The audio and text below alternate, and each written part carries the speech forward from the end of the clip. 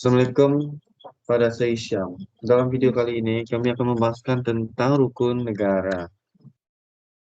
Orang-orang yang menghadiri di kumpulan ini yaitu Muhammad saya sendiri, Muhammad Hadi bin Paulus, kedua Anelka Hanif dan ketiga Amirul Syafiq. Poin yang saya akan bentangkan, poin yang saya akan membahaskan tentang rukun negara ini yaitu pertama yaitu mencapai perpaduan yang lebih erat. Maksudnya macam rakyat di Malaysia ini mesti eh, membentuk satu perpaduan lah, tanpa mengira bangsa ataupun kepercayaan masing-masing. Sebab contoh di Malaysia ini kan terlalu ramai bangsa dan kepercayaan masing-masing. Jadi mereka anggap satu bangsa ini ada yang bangsa yang sudah jauh dari agama, ada yang bangsa yang ada yang bangsa yang mengarut. Nah, jadi jangan mengira tuh. Nah, kita berkawan aja sama bangsa tuh. Nah, untuk mengeratkan lagi silaturahim antara sesama manusia. Kedua yaitu memelihara satu cara hidup demokratik.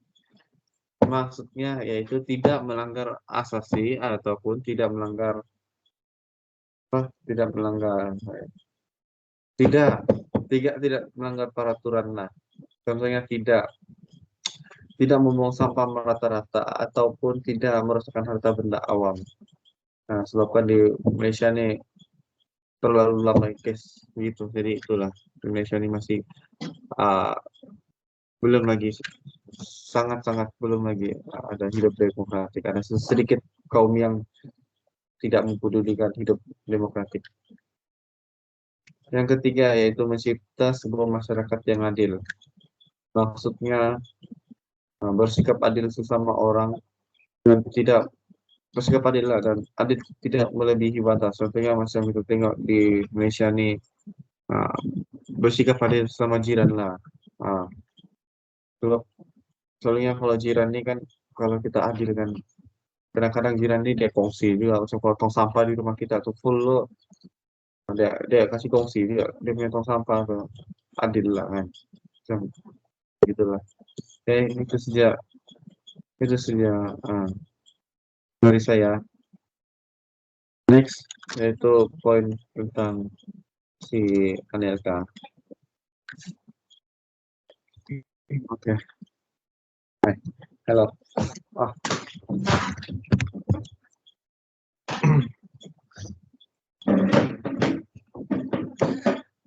Oke, Assalamualaikum dan salam sejahtera pada Sezul. Hari ini saya akan membentangkan mengenai maksud 5 rukun negara. Oke, untuk yang pertama, kepercayaan pada Tuhan.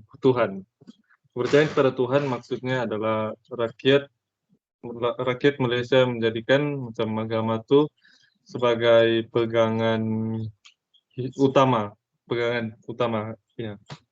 Yang kedua, kesetiaan kepada raja dan negara. Kesetiaan kepada raja dan negara ini bermaksud setiap warga negara Malaysia harus taat setia kepada raja Malaysia lah, yaitu yang di Pertuan Agong. Oke, yang ketiga, keluhuran perlembagaan. Keluhuran perlembagaan ini dia sinonimnya untuk keluhuran adalah kemuliaan. Jadi adanya benda ini dalam rukun negara kita adalah supaya kita mempertahankan kemuliaan perlembagaan negara. Oke, yang keempat, kedaulatan undang-undang. Kalau kedaulatan undang-undang ini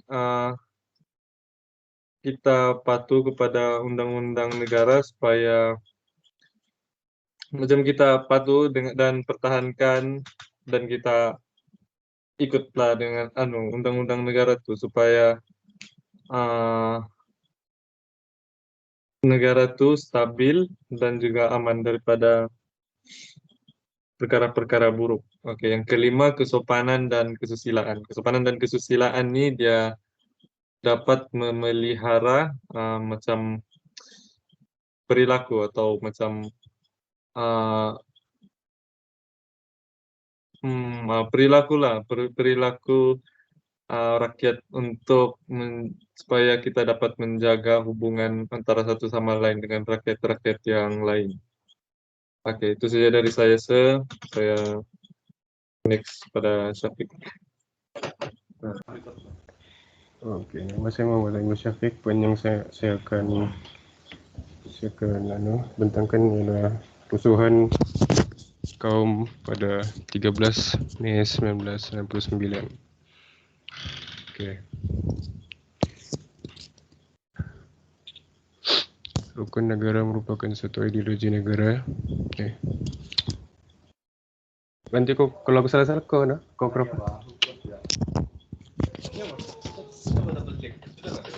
Apa tu? Sudah kan?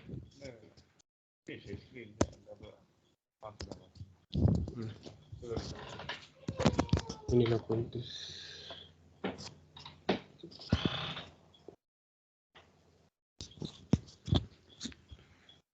Rukun negara ini terbentuk setelah satu ideologi negara yang tercipta dikurang daripada peristiwa rusuhan kaum pada 13 Mei 1969. Ia merupakan satu bukti berlakunya permusuhan kaum yang sangat dahsyat pada zaman dahulu. Permusuhan dan perbalahan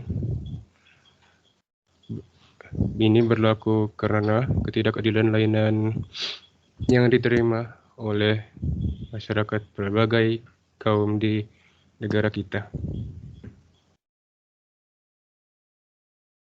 Perkara ini berakar umbis sejak pemerintahan British lagi.